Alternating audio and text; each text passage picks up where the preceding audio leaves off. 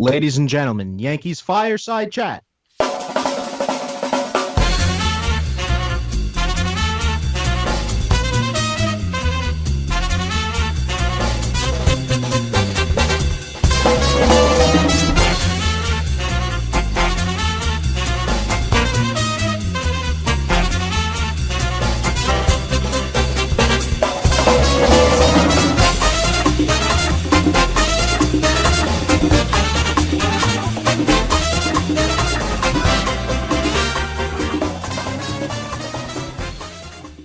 All right, Yankees Fireside Chat. We're back. You got Jude over there. He's looking like Nick Totoro. If you could see food, I'm sure he's stuffing Arby's down his face. We have a lot to talk about. It's been a while. Yankees this past week kind of struggling, 3-5. I don't know. The Rays were definitely tough. We'll talk about that.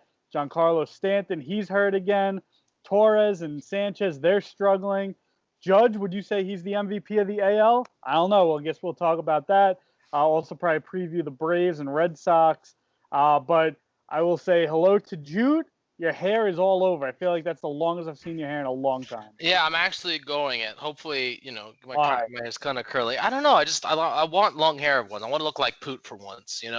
I feel like both of us could be from the same dwarf clan if I grew my beard out and my hair out. Poot, you have anything to say about that?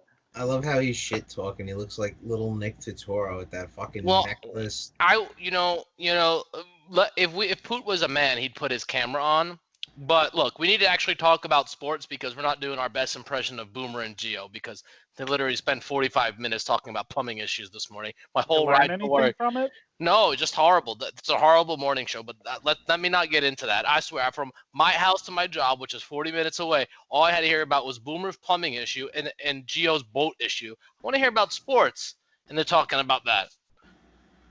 I don't blame you. They could have been talking about the Yankees this past week. I don't know. Where do we want to start? Do we want to start talking about the Rays, that series? I mean, frustrating. Let's look at it this way. So the Yankees came into this week playing, pretty hot baseball. They played the Phillies and the Rays, two of their better opponents that they're going to play. They split against the Phillies, which I think is normal. When you play a 4-game series, it's kind of hard to win those series. But then they come into Tampa, which has been a house of horrors for the Yankees, regardless of when they come in here or how hard they are or how hot they are. But they come into Tampa and lose 3 out of 4 in some just wacky games. I mean, just wacky bonehead decision games. But let's take besides the 3 and 4. I think 13-21, by the way, against the Rays in Tampa over however many games. And they play like they're 13-21. Like they don't play good when they're down here. I don't know what it is. I mean, it can't be the fans in the cowbell because there's no one in the stands. And the Rays do it with these guys that they're not top of the tier guys. It's not Frankie Lindor or some of these like hot guys, like hot superstars right out of the cage, like Luis Robert from the White Sox. They're doing like these just gritty G-Man Choi. These gritty baseball players. Reject, and let's just start off with this. Are the Rays the one team that you are uneasy about when you get to the playoffs? Because the Yankees are going to make the playoffs regardless. I can't see them falling out. But the Rays are that one team that I'm scared if we had to play, even in a 3-game series. I think that's the scariest part, 3-game series.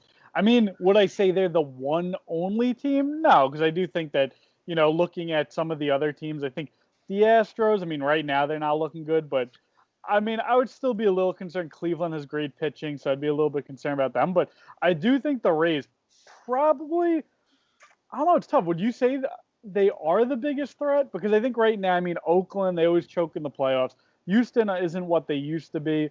Minnesota, the Yankees whoop them all the time. Cleveland, I'd worry about. I think Cleveland has great pitching, but no offense. I don't know. Maybe it might be, I'm almost talking myself into it. That might be the Rays that you have to be afraid of. It's a nightmare because they got a team that they have nothing to lose. Everyone expects the Yankees to beat them, and they just go play baseball. You saw they came down. Realistically, yesterday, if Margot catches the ball, the game wouldn't have been close. But they had a 3-0 lead. They surrendered that 3-0 lead right away. And James Paxton was actually good, and that's one of the positive things. I was glad to see his velo's down still. Glad to see him pitch the way he did. But still, man, that's just a team that is so pesky, and they continue and they continue. And then you know what's the scary thing about it, Moot? And this is why I was a little nervous, is that you got 3 pretty good pitching performances this weekend. Tanaka was great on Friday. Cole was decent, and not Cole himself, but he was good, and so was Paxton, and you still lost. That's the crazy thing. I don't know. I said a tweet the other day like the Rays guys are getting it done because they did, and our guys haven't. Let's be real. Gleyber, Sanchez, Gardner, I mean, they're not coming up with the big hits. Or no Judge. George went 0 for 5 yesterday, had the big hit in the doubleheader. I don't know. It's just these Rays, and it's sad because I can't stand them living in Tampa. I'm just scared of them. You scared of them? I am scared of them, Poot. I'm scared of their pitching. I'm not scared of their batting. But either am I. But when you're playing in Tampa, it just seems like they always get those big hits. I don't know what it is. The Yankees just go from super hot to very quickly, and then you start throwing in a few injuries. Everyone on Twitter's crying about don't make fun of Stanton. Stanton has a history of getting hurt with the Yankees. So. Well, I don't know how the playoff structure works, and we'll get into Stanton in a second. But I don't know if the Yankees could play the Rays if they get that second division. I don't know how it works. But facing them in a 3-game. Potentially, I think they can. I think they can face them if. Depending on the seeding, if they were like the 3 seed, the Rays were like the 6 seed, I think they'd face off. But otherwise, if they're one of the top one, I think if they're like 1 or 2, they wouldn't face them because it would be a wild card team. Yeah, I mean, I'm just saying that Tampa, I think, is going to be one of those teams that we're going to be fighting against, and we could face them in the series. But talking about injuries, Giancarlo Stanton pulls his hamstring, it seems like, or had some type of hamstring injury running the bases, of course. What else is new? Providing opportunity for Clint Frazier to be coming up. But, I mean, the writing was on the wall. I think that the first few weeks of the season were like, I think everyone's pipe dream about how well he can do if he stayed healthy. And then all of a sudden, there we go with his legs.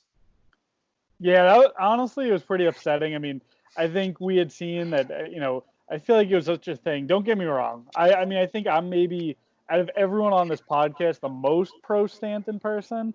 I know that you and Poot are very anti-Stan, but I think you have to give him credit. He was playing well. But everyone was kind of shitting on him because he was really just DHing. Who gives a fuck? Just let him DH.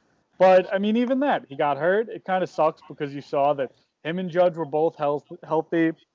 We'll talk about the struggles of Sanchez and Torres in a minute. But I mean, the guy's hitting.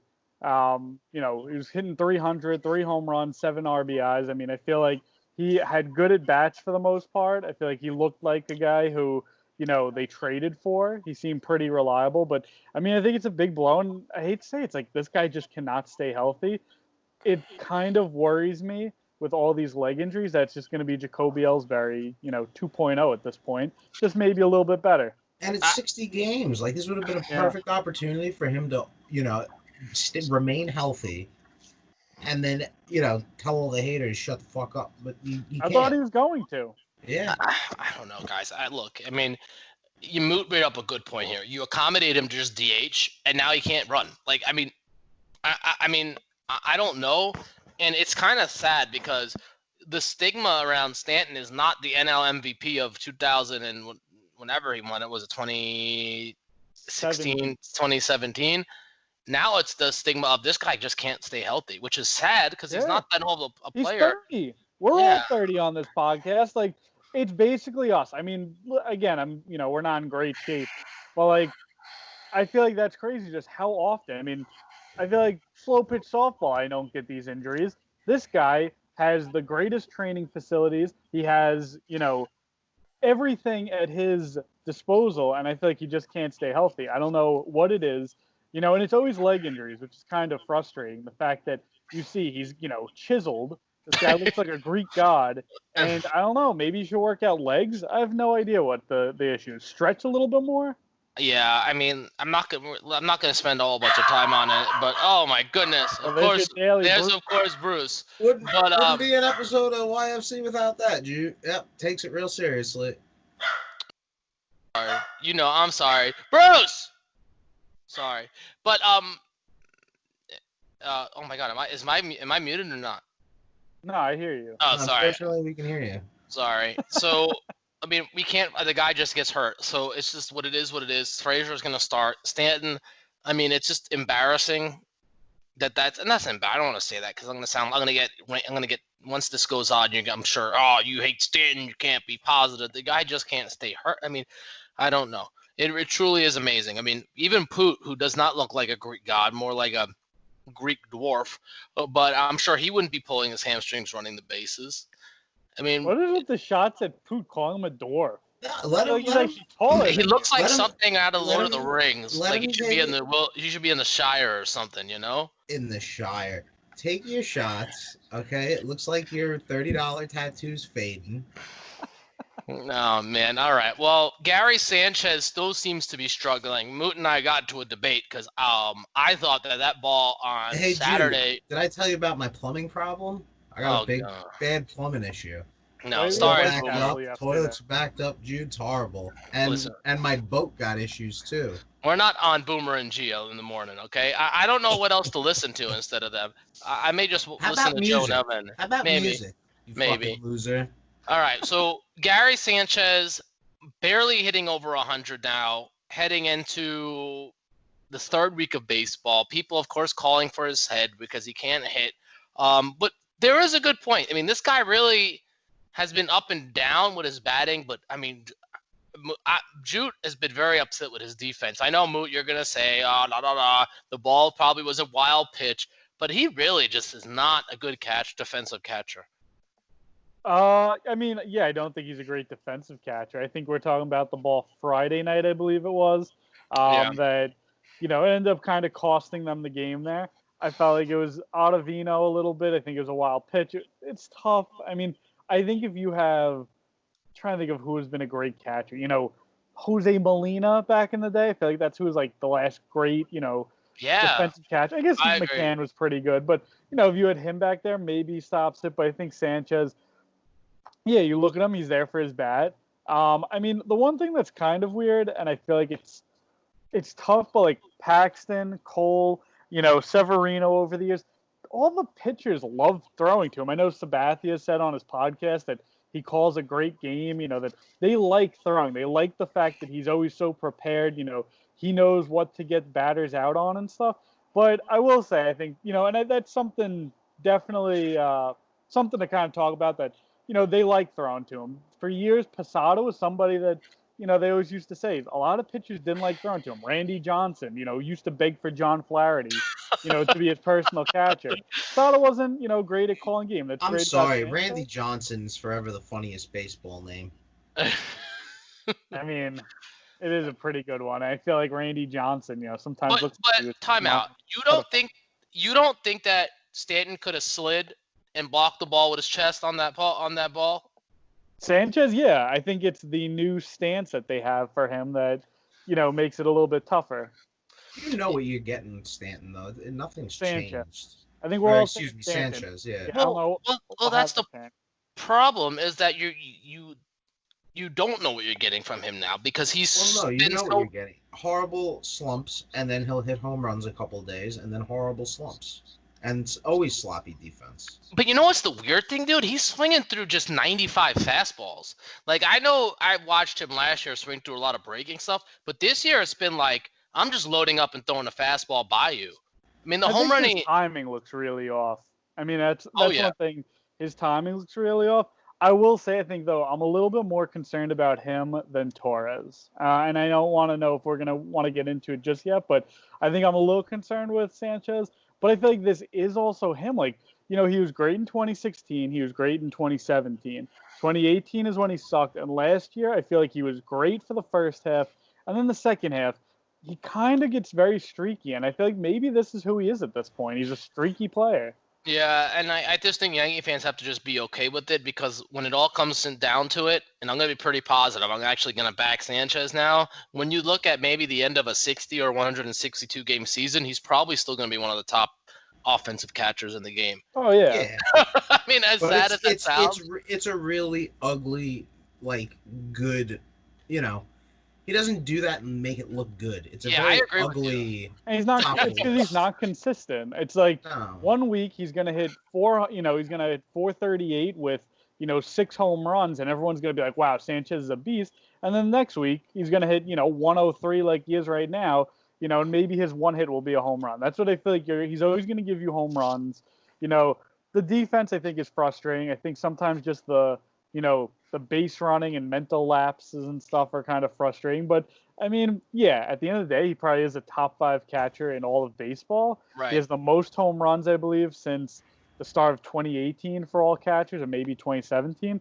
But it is frustrating. I think that when we saw his seasons, like I say, 2016, 2017, I thought he was going to just keep getting better. I thought he might be a first catcher to hit like with a juiced ball. I mean, he's just so streaky. It's frustrating. Yeah, and someone else who's kind of struggling, and you notice that he's probably in that same boat as Glaber. It looks like the timing's not there. He's not reading the pitches that well, but he's still young. Not too worried about Glaber Torres. He'll get back to his hitting ways. He'll get to that streaky. He's kind of streaky too. All these Yankees hitters are really streaky. You go last week when they're 9-8-1 and all of them are rolling, and then this week a lot of the guys are struggling. Luke Voit is the same way. Brett Gardner is the same way. I mean, you can't hate on Luke Voit because I'm not. When they show you what his full season numbers would have been, I never said that. I just said that this episode all of a sudden you're changing your stance on Sanchez. All of a sudden, Jute's the biggest Sanchez sucker. And you've been shitting on Voit. I've been seeing it on Twitter, and I'm like, who's tweeting this stupid shit? And it's you. You. You're right. I got on Voit the other day, and I feel like people, they get upset about it. Here's the thing, though. I will say, I think Voit at times looks overmatched occasionally. And I do think, here's the thing. I think he does kind of look streaky. I thought he looked really bad in some of those games, like, Friday night. I feel like there's a point he was, I think, one of the last guys up in the 9th inning. And I said with this, I think it was Nick Anderson on the mound. I was like, Voit was, all night looked pretty bad. So I do think that's one thing. It's like you can't touch Luke Voit. I feel like I'm probably one of his biggest defenders. Jude knows I love Luke Voit. Yeah, I'm not going to. Go ahead. I think to me, it's like there are times you should use Mike Ford, I think, is a viable option. I agree with you. Here's the problem. You know who everyone's comparing the hitters to? He's on the same team. I'll tell you that. Everybody's comparing every hitter to our best hitter on the team, who literally gets a hit. He guy's hitting over, at 4 or a little bit above 400. Yeah, LeMahieu. You're spoiled with DJ because the guy is just an absolute. The second best hitter in baseball. So you have that guy on your team. You expect everybody else to follow suit. Very rarely that's pretty dumb. Well, what? You think everybody's going to hit 400?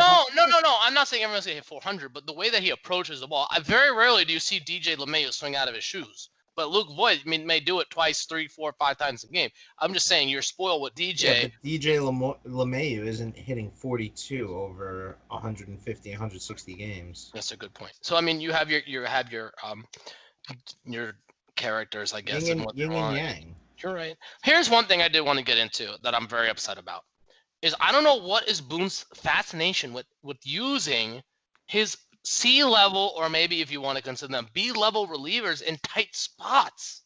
He doesn't manage the bullpen well. It is just mind-blowing. Okay, take you back to yesterday in a game that they were tied 3-3 using Jonathan Holder. Now, you could play the what-if game. Zach Britton was the one who wound up getting the loss. But you're using guys like Jonathan Holder, Luis Avilan. Look, the second game of the doubleheader was pretty much a punt. I know the Yankees took the lead, but you're using Avilan, Abreu. Who's going to argue with me? I can see his facial reaction. Because it's ridiculous. He's using these C-level guys. Okay, so here's more, I guess, what I want to get on you about. Yesterday, you said, Boone, you texted me. The exact thing is Aaron Boone on drugs? It's right after what we were going to talk about on this podcast. I almost said as a topic before. I was going to be like, is Aaron Boone on drugs?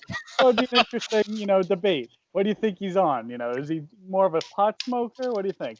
But I feel like, all right, I'll agree. I think Saturday night they definitely kind of punted it. I guess that was in part because they used Green in the first game. Right. But this is a team that is without Canley and it's without Chapman. Yesterday you said Boone is managing the bullpen horribly. You went from Paxton to, I think it may have been Avilan, to Holder. I think it was Holder who pitched an inning and a third and didn't give up any runs, to the closer, Zach Britton. Who did you want him to put in? No. Okay, There's so no in reason- retrospect, yes. So in the end of it, yeah, he put in Britain.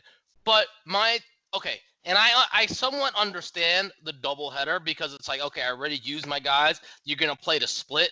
Let's be real. Most teams play to split the doubleheader. They're not bringing in their A guys. So I get it, but I don't want Jonathan Holder pitching in a high leverage situation. Even my boy Rob Carbone agrees with me. We had a discussion about this. Rob Boone- Carbone is not your boy. Okay, Yeah. and shut up. Well, he's my boy because we agree on the topic that Boone is just fascinated with But who are they going to? why couldn't you? Why was Chad Green and Adam Ottavino unavailable yesterday? That they had to use Jonathan Holder, and it worked out for Chad him. Green opened like the other day. Yeah, and he pitched, I think, 2 innings the day that Garrett Cole was in there. I think Ottavino pitched Friday night, and maybe he also pitched Saturday. I don't have it in front of me. I mean, listen, Holder, I agree. He probably is your B level at the moment because look at their depth chart. It's really, they're kind of thin at bullpen. If anyone gets COVID, if God forbid Zach Britton gets COVID or gets hurt,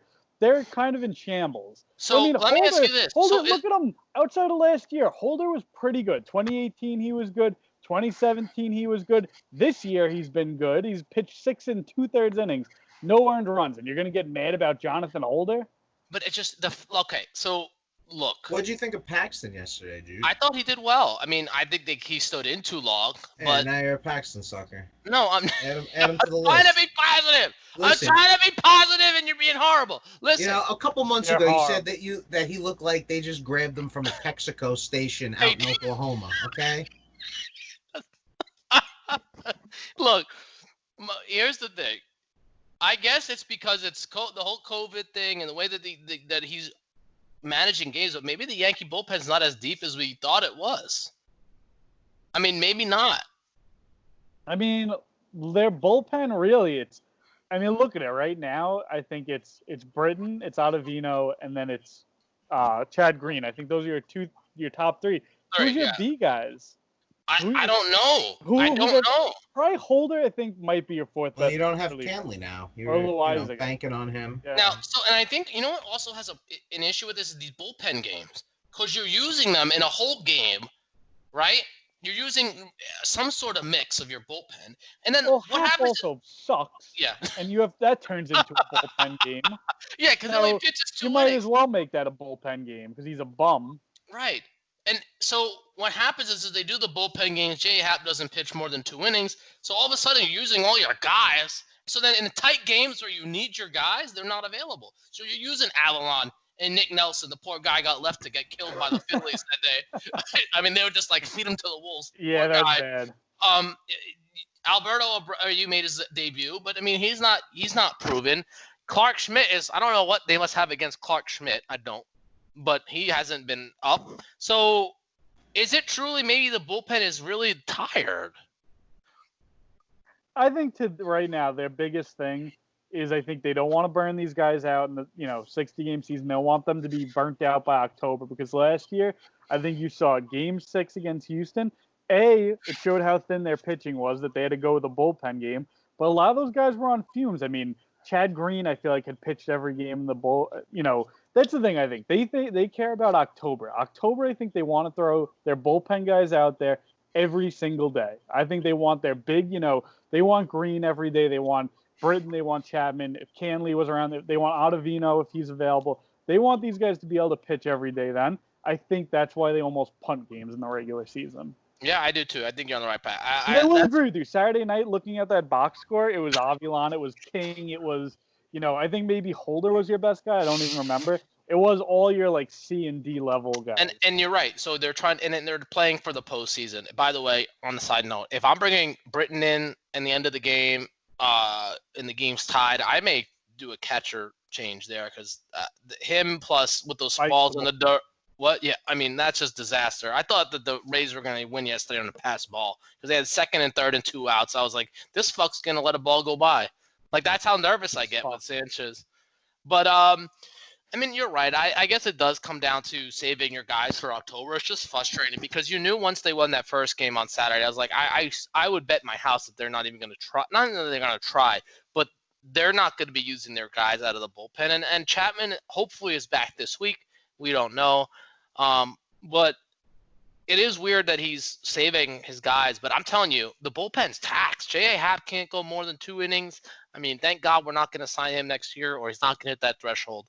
They do bullpen games where Loizaga, who's actually been pretty good. He's good when he's not walking everybody. Right. But he only goes about 4 or 5. So you're constantly trying to get 5 innings out of your bullpen every game. The arms are going to be tired. When has one pitcher pitched past the 7th inning this year? I saw Lucas Giolito do it yesterday for the White Sox. I mean, it would be nice to finally get a pitcher to get past the 7th.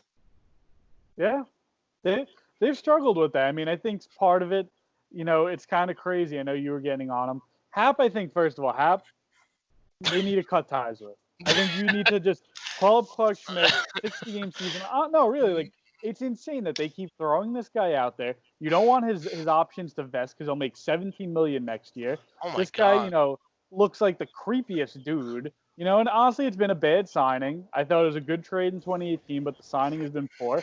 Cut your losses here because he's an automatic, 2 2/3. You're gonna blow through the bullpen. Give me Clark Schmidt. You know what? If he stinks, at least I can say he's building towards something. Or Garcia. I'm fine with them. Even honestly, King. Give me, or Abreu. Any of the young guys, I'd rather see attempt to go out there.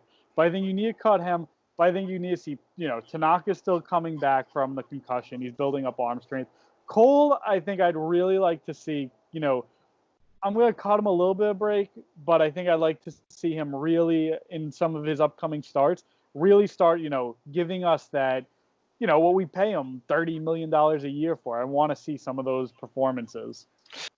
I 100% agree. It's just the length. So there's, I guess, a mixture of the length of this pitcher's not going long and the fact that you have a built-in bullpen game. I think they need to start getting away from that. I don't know why. Why? You have 5 it's just starters. The double headers. The double headers, I think, are messing things up. I mean, COVID. Jordan Montgomery kind of got slapped around a little bit, but I mean, he hasn't been terrible. I mean, and he's still kind of come back from Tommy John. So it's like, the Yankees, they need James Paxton to do what he did yesterday to go moving forward. I mean, this week they got 2 at home against the Atlanta Braves, which will be an interesting series, and then 4 against a wraparound. I think it's actually, is it 4 or 5 against the Red Sox coming up on that weekend plus Monday? I have to look, but it'll 4. be exciting. It was 4, so it's exciting. I mean, I think the Red Sox are putrid. I think they're terrible. They're just awful. So I expect 3 out of 4. This Atlanta Braves series is going to be a little bit of fun. Yeah, I mean, they got 2 off days sandwiched. They're off today. They got the Braves and another off day. So, I mean, listen, everybody should be fine. In fact, they're going to skip Happ's next start, which I think we'll all be a fan of. But, yeah, I think the Braves, that could be a World Series preview. Red Sox, like you said, they're pretty bad. Then you got the Rays again next week. We'll talk about them. Oh. But, at least that'll be at home. I feel like the Yankees have played a ton of games on the road so far. Even they lost a home game to where they had to play a doubleheader in Philly. But, I mean, hey, I think that Braves will be a good test. That could be a, World Series preview almost. Yeah, I agree with you. The Yankees actually started out on the road with the Nationals, played Baltimore on the road, Philly on the road, Tampa on the road. The only really home series was against the Red Sox, right? Yeah. Yeah, they had that good comeback win on that Sunday night. Yeah, so they played 3 games at home where they've won them all. Exciting to see Atlanta's interesting. Their pitching is not as top as you think, but they can definitely swing with you. You're gonna see Ozzie Albies and Ronald Acuna, Freeman, all those guys. It'll be interesting. It'll be really exciting. And the Red Sox, which you really should beat them. All 3 out of the 4 games that you play them because they're not good. Look, I will tell you now. Boston is not good. Tampa is way better than Boston. Actually, you're gonna think this is crazy. I actually want Boston to beat Tampa tonight because I really need to get Tampa buried. Because Tampa's good enough to compete with us. Their pitchers are actually probably their top 3 may be just as good or even better than our top 3. It'll be very close with Martin Glasnow and Blake Snell. But I expect the Yankees to get back on track. I'm gonna leave off on a positive note mood because Let's hear it. It's been a lot of negative, and I'm really trying this new mindset, right? Puda's trying to instill this, positive mindset on the Jew. is one that the Yankees are 10-6 after 2 weeks, right? With a 2-game lead in the division. I Great. think everyone would sign up for that. I would too. I mean, 10-6, you're sitting right where you're at. That's 16 games. There's 44 games left on the I can't do math that well, but 16, whatever it is. 10-6. What? Nothing. You attempting to do math? is Yeah, good, man. whatever. You're 10-6. You're sitting where you're at.